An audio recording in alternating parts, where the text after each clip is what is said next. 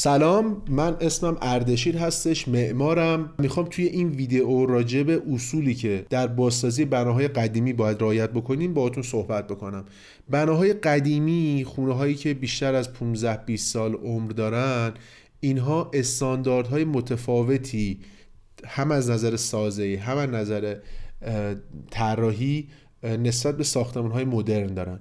بنابراین اگر خواستید ساختمان قدیمی بخرید، حتما با یک سری مهندس، معمار، عمرانی، کسی که هم تحصیلاتشو دارن، همین که سابقه دارن، کنندن تو این کار، مشاوره حضوری بگیرید. یعنی حتی تو بحث پلان، ما داشتیم پروژه‌ای که شخصی یک واحدی رو خریده، ما رفتیم دیدیم پلان اونجا افتضاحه، میتونست یک واحد مشابه بخره با پلان بهتر، هزینه بازسازیش هم خیلی کمتر میشده.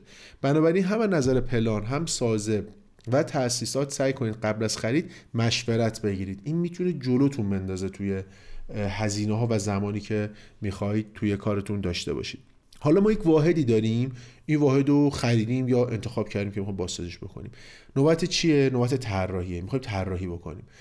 وقتی که میخواید پروژه رو طراحی بکنید، اصلا در شروع طراحی نرید سراغ پلان، نرید سراغ تریدی کردن، جواب نمیده. کاری که باید بکنید اینه که رول پلینگ بکنید، در رو باز بکنید، وارد واحد بشید، انگار واحد خودتونه، دارید توش زندگی میکنید. تلویزیون کجاست، کاناپه کجاست، همه اینا رو تصور بکنید.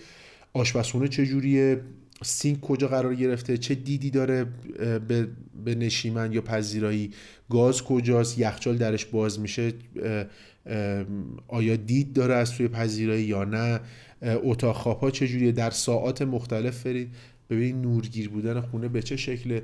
اینا رو سعی کنید حضوری متصور بشید و این نقش ها رو بازی بکنید، نقش یک ساکن رو بازی بکنید و به ریز تجربه هایی که فقط وقتی که ما در یک جایی داریم زندگی میکنیم در لحظه برای اون اتفاق میافته، به اون رو فکر بکنید و یادداشتشون بکنید.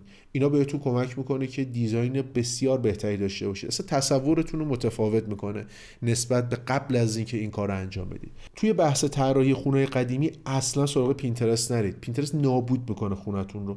خونه‌های قدیمی خودشون روح دارن، یک هویتی دارن.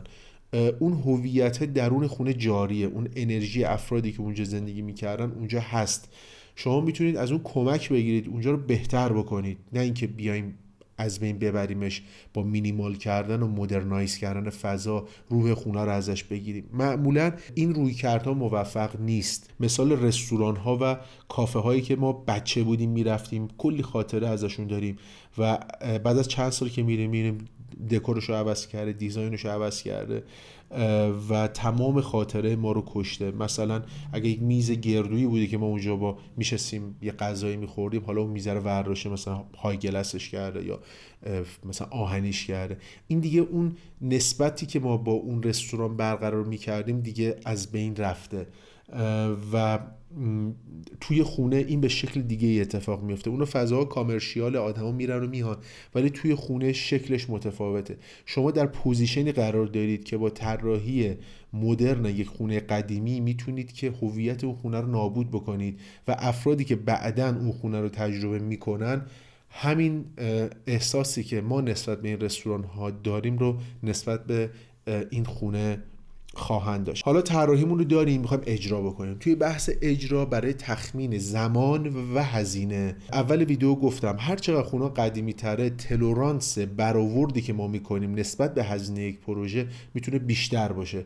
بین 30% تا 300% متفاوته. 30% توی آپارتمان ها و 300% توی ویله ها و خونه های چند طبقه میتونه هزینه ها بالاتر بشه. بنابراین حتما قبلش مشورت بگیرید از متخصص ها راجع به هزینه ها تا به مشکلات زیادی نخورید و اینکه خب وقتی هزینه ها بیشتر میشه، کار زیاد میشه، زمانم بیشتر میبره دیگه و کلا هم برای هزینه بیشتر آماده باشید. ما پروژه بزرگ در دنیا داریم، در عربستان، در آمریکا، در دبی، که تخمین اولیه‌ای که میزنن کاملا متفاوته با چیزی که در عمل اتفاق میفته. موقعی که خواستید کارو شروع بکنید از پیمانکارهای جدید استفاده نکنید. سعی کنید پیمانکارهایی که تجربه خونه‌های قدیمی رو دارن، کار کردن توی این سبک خونه ها، از اونا بخواید که توی پروژهتون بهتون کمک بکنن. معمولا شاید آدمای 70-80 ساله بازنشسته باشن، حتی بتونید ازشون مشورت بگیرید، شفاهی یا عملی بهتون کمک بکنن. یا کسایی که در حوزه مرمت بنا دارن کار میکنن، جوانهایی هستن که درسشو خوندن، یا آدمایی هستن که در مرمت بناهای تاریخی در شهرهای تاریخی ما دارن کاری جدی میکنن. میتونید از اونها هم کمک بگیرید توی ساخت اون خونه اتفاق بهتری بیفته. شما اگه از یک کابینت کار بخواید که یک کابینت براتون بسازه، با MDF میسازه. اگه از نجار بخواید، با چوب میسازه. بنابراین پیمانکارهایی که جدید دارن کار مدرن انجام میدن نمیتونن گزینه خوبی باشن برای کار شما، چون اونا کاریو انجام میدن که بلدن. بگردید اون پیمانکارهایی رو پیدا بکنید که مناسب فضای کار شما باشن. نهایتا اگر بودجهتون محدوده میتونید از رویکرد DIY استفاده بکنید. Do it yourself. خودتون انجام بدید یک سری از کارها رو، مخصوصا کارهایی که اشتباه توشون هزینه زیادی براتون نداره. مثلا میتونید لامینیت کف خودتون بذارید، یا نقاشی بخشیشو خودتون انجام بدید. نصب لوسترها یا نصب پرده یا نصب درها میتونید اینا رو خودتون انجام بدید که بتونید هزینه‌هاتون رو کمتر بکنید. حتی اگر چالش بیشتری بخواید میتونید توی ساخت کابینت خودتون اقدام بکنید. اینا میتونه براتون ضررهای مالی داشته باشه، ولی یه کاریو یاد میگیرید و واقعا خیلی جذابه دیگه. خیلی مخلصیم. ممنونم که ویدیو رو تا اینجا دیدید. اگر خوشتون اومد ممنون میشم سابسکرایب بکنید، برای دوستاتون بفرستید. اگه نظری دارید بهم کامنت بدید، هم ازتون یاد میگیرم، یا اگر سوالی دارید حتما بهتون جواب میدم. فعلا خدا نگهدار.